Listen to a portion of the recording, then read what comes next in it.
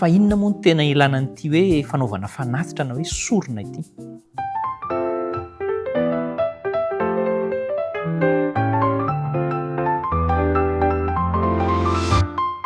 Saotra betsaka an'Andriamanitra indray isika tafahoana ary dia ampifaliana no iarabananao.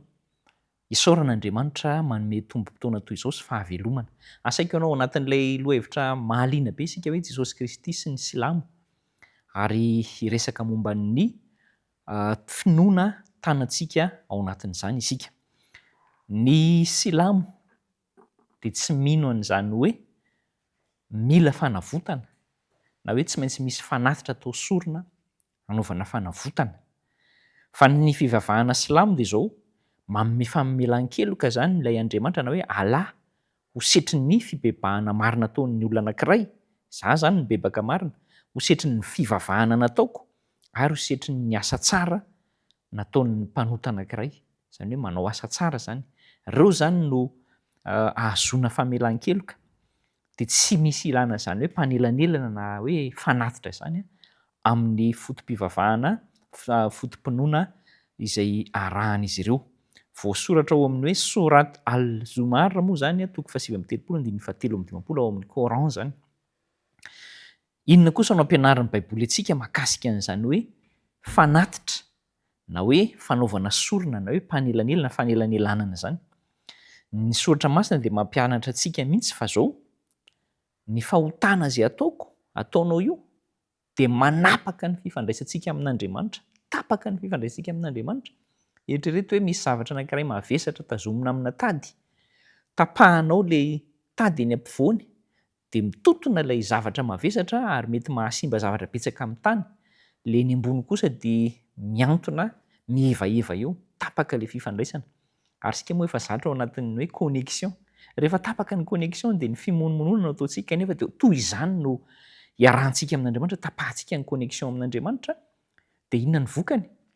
Manjary tonga izao fahasimbana rehetrarehetra izao, lasa manan-trosa isika vokatry ny fahotana, trosa amin'ny resaka fitondran-tena sy ny lafiny ara-panahy io.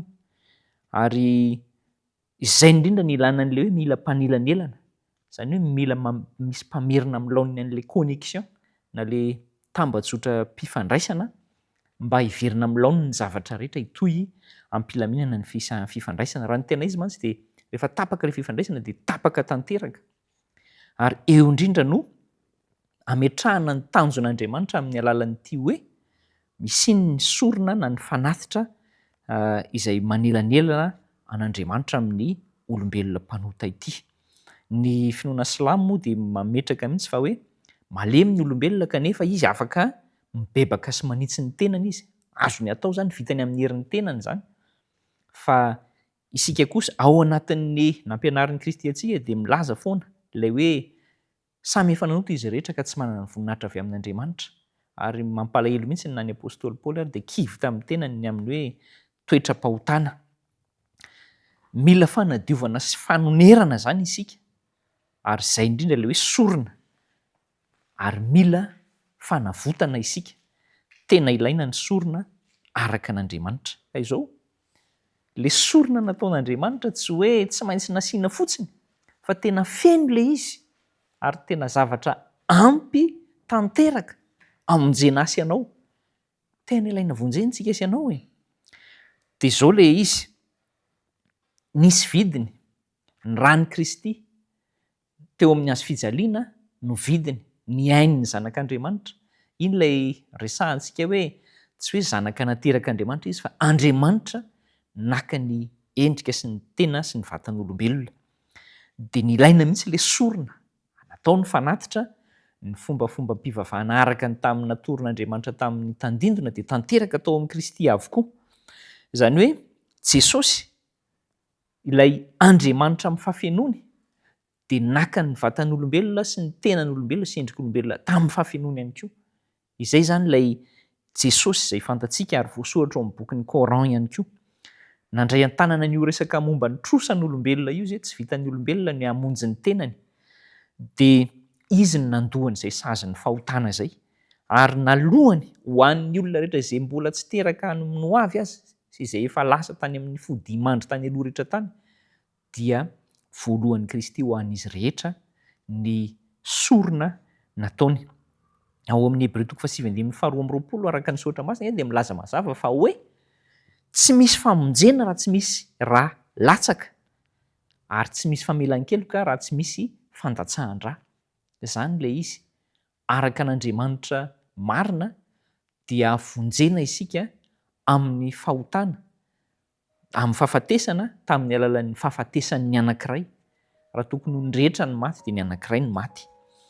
Izany hoe fanehoana faratampony zany ny fahamarinan'Andriamanitra manoloana ny fahotana ny sorona nataon'i Kristy ary ny famondram-pony ho an'ny mpanota ihany koa dia aseho an'izany amin'ny alalan'ny hazo fijaliana. Andao ahery fa tena ilaina ny nanaovana fanatitra ny zanak'Andriamanitra. Hivavaka isika.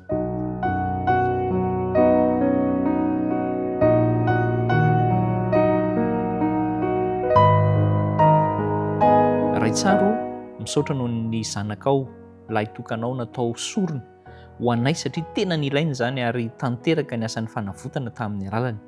Ampio izay handray am-po an-tsainan'izany ary ho tia ny fifandraisana aminao sy ny fanelanelana nataon'i Kristy ho anay. Amin'ny anaran'i Jesosy no angatahana izany. Amen.